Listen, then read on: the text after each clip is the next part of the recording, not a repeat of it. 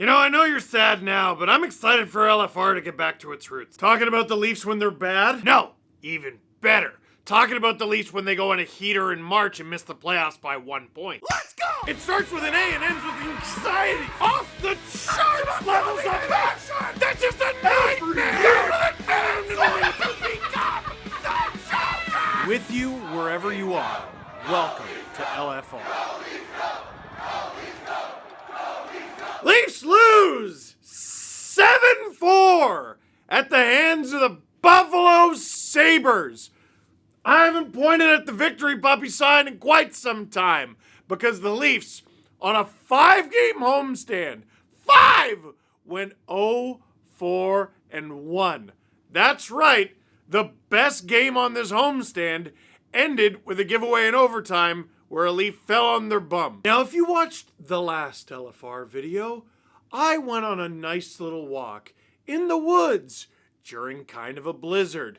But being in the woods cut the wind, and the audio was surprisingly incredible. And I thought it looked beautiful, and I didn't feel like screaming in public lest people call the cops. And I just sort of level-headedly accepted this is a lost season. Let's talk about what the Leafs need to do. Because nostalgia is not a strategy and frustration is not a strategy. Really, what are they going to do?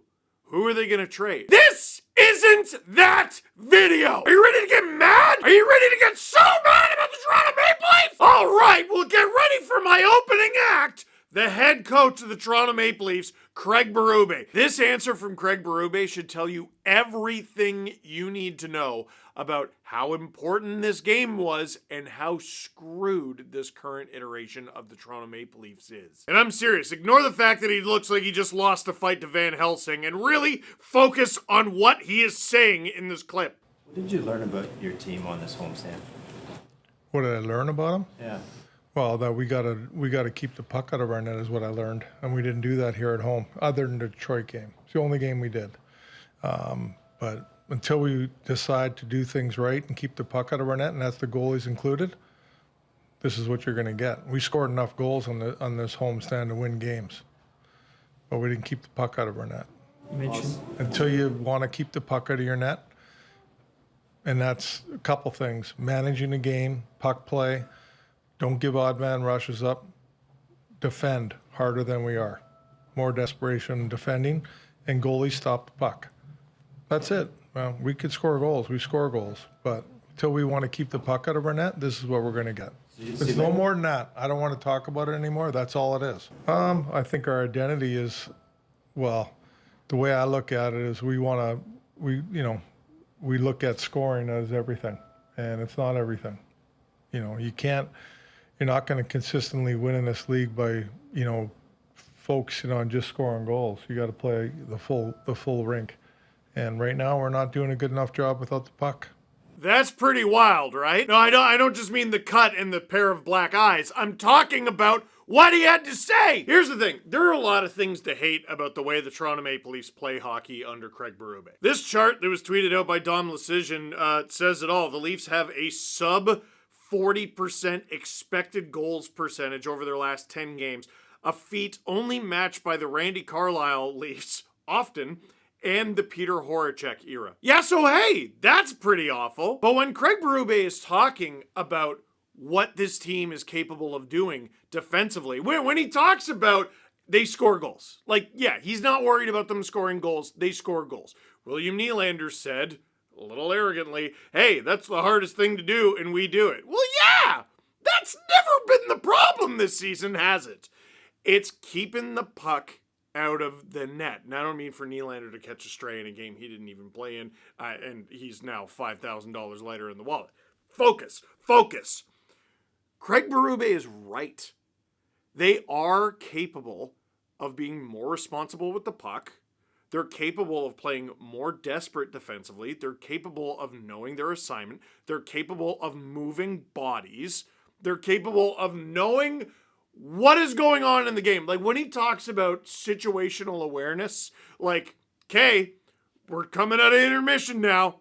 Okay, we just scored a goal. Okay, they just scored a goal. okay, we just killed a penalty. Like, you want it, you say, hey, you got to play a full 60 minutes. Well, the full 60 minutes doesn't look the same. Minute 1 and minute 2 and minute 3 and minute 4 and minute 5 all look different. And this team is capable of shutting her down. I know they've got injuries on D, and it sucks. But they're capable of so much better than this. And I'm glad he said it so that I can feel a little less bad about saying it. The goaltending is awful. It's not nearly even sort of kind of good enough. Joseph Woll shut her down in Colorado against the Avalanche, and the Leafs won, and it really seemed like a turning of the corner for their season, and that was their last good goaltending performance, I think. And I guess the Detroit game that Craig Berube mentions, that's a 2-1 overtime loss. That was pretty good. You still lost! And losing this game is a killer. It's the end of a homestand where you've been at home for, this is now 5 games. You've suffered bad loss after bad loss after bad loss. There's a Daryl Sittler ceremony. But ignore all of that. All of that is just frill. Here's what Craig Berube said about this game before this game. He was asked, how would you describe the significance of tonight's game? Which is like the softest of softballs, right? Berube, it's a huge game. We all know that. All of them are. It's no different than the Colorado game. Heading out on the road tonight, it would be nice to get the 2 points and head out with some confidence. Divisional games are huge. We all know that.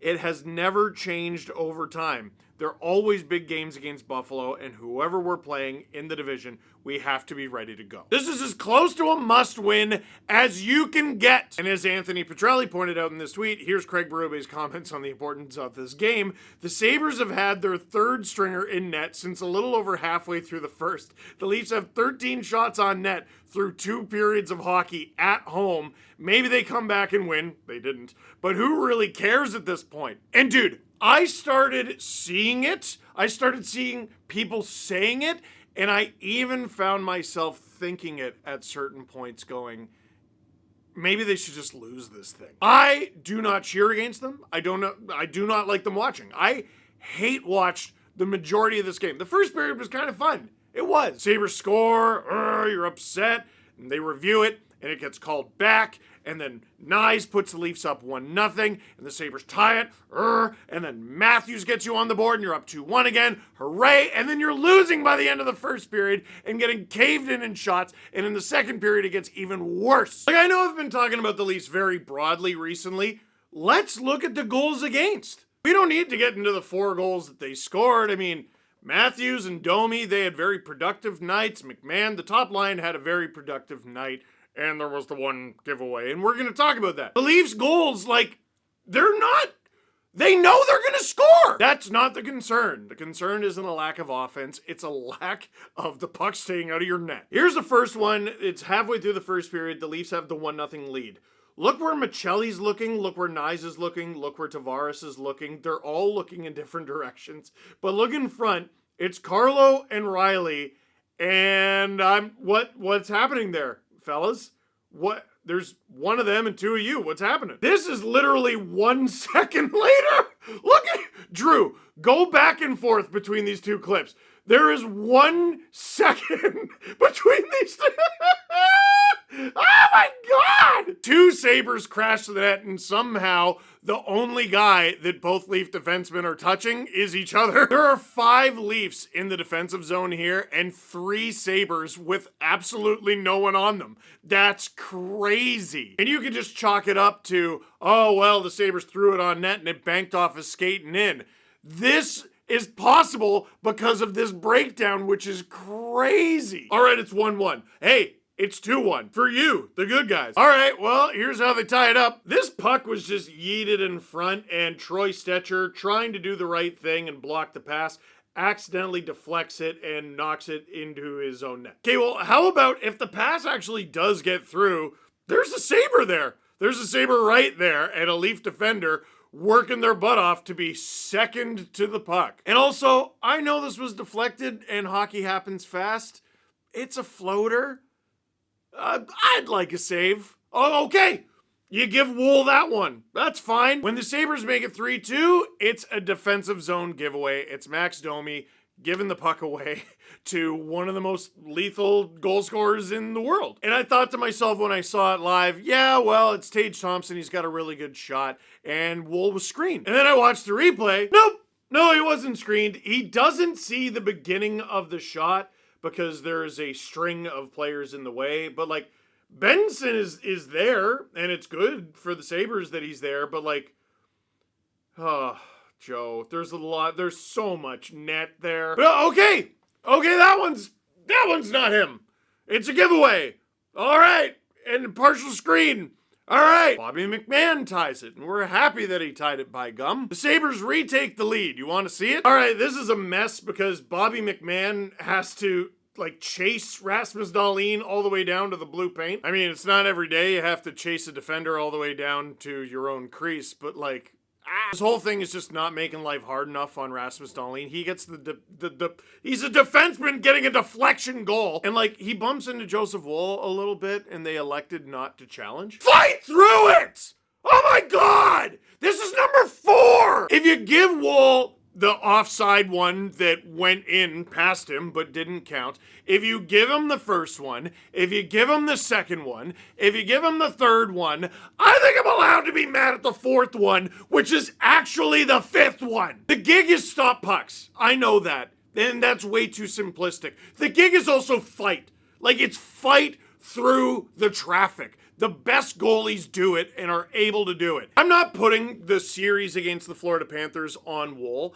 I think that Anthony Stolarz is just better at this kind of thing. He's huge and he's mean. And I think the Florida Panthers knew that, and that's why they intentionally injured him.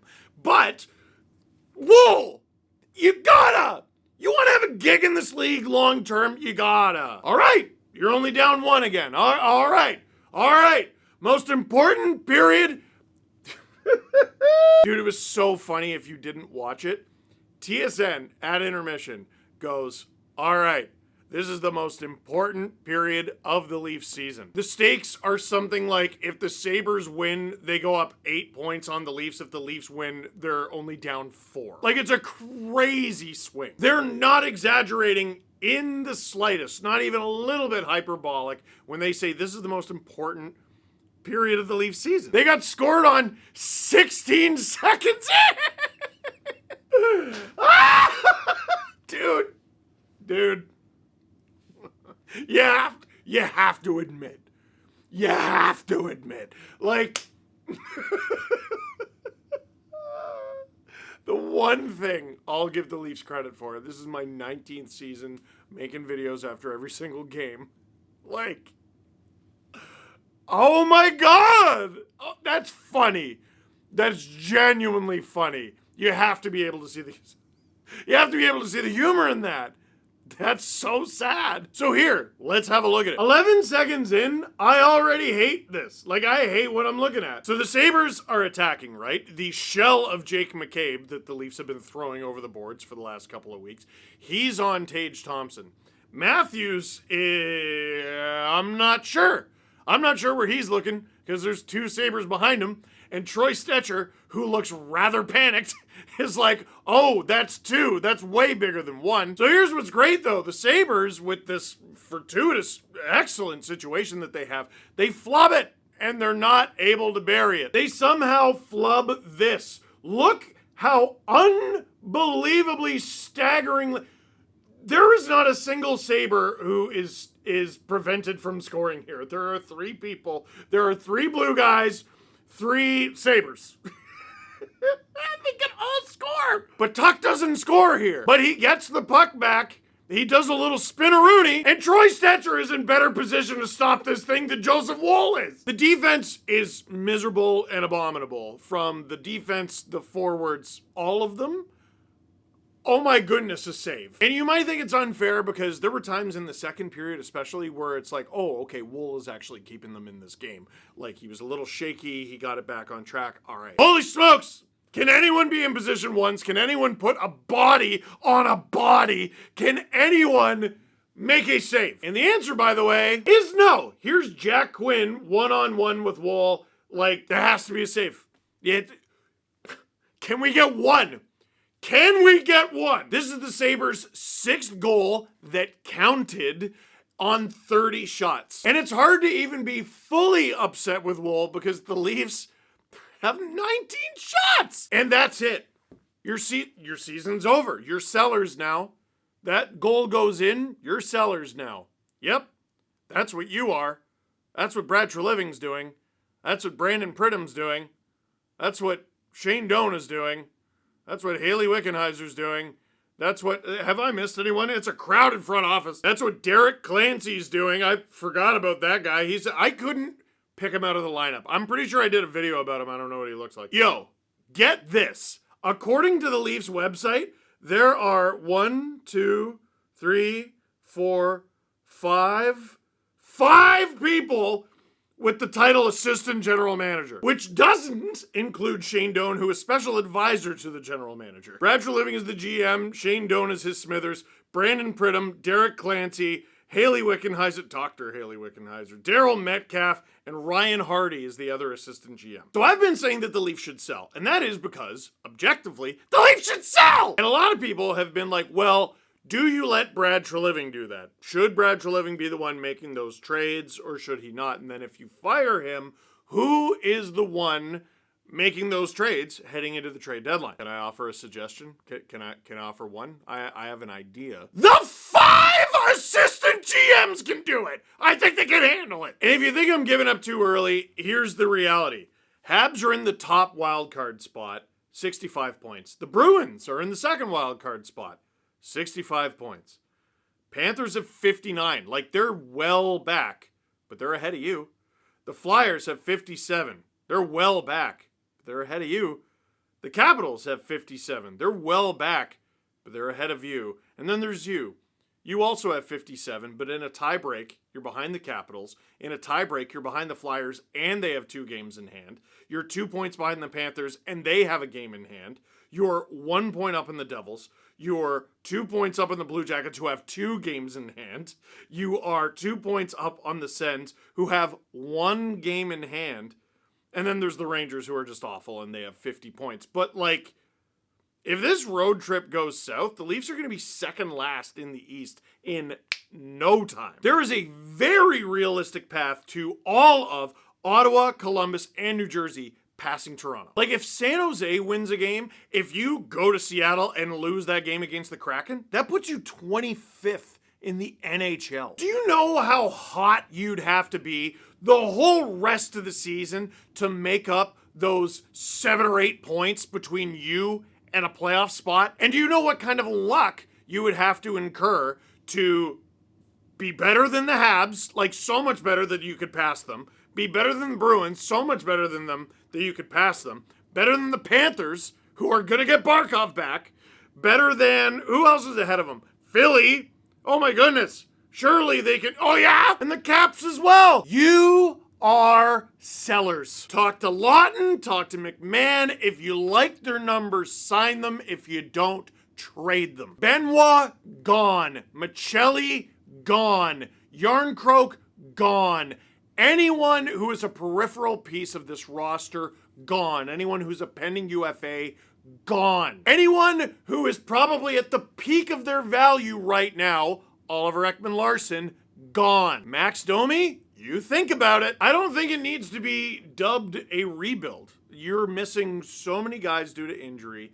You still have so many talented players locked up to contracts. Ideally, your goaltending situation is what you thought it would be heading into this season, next season. Look at Boston.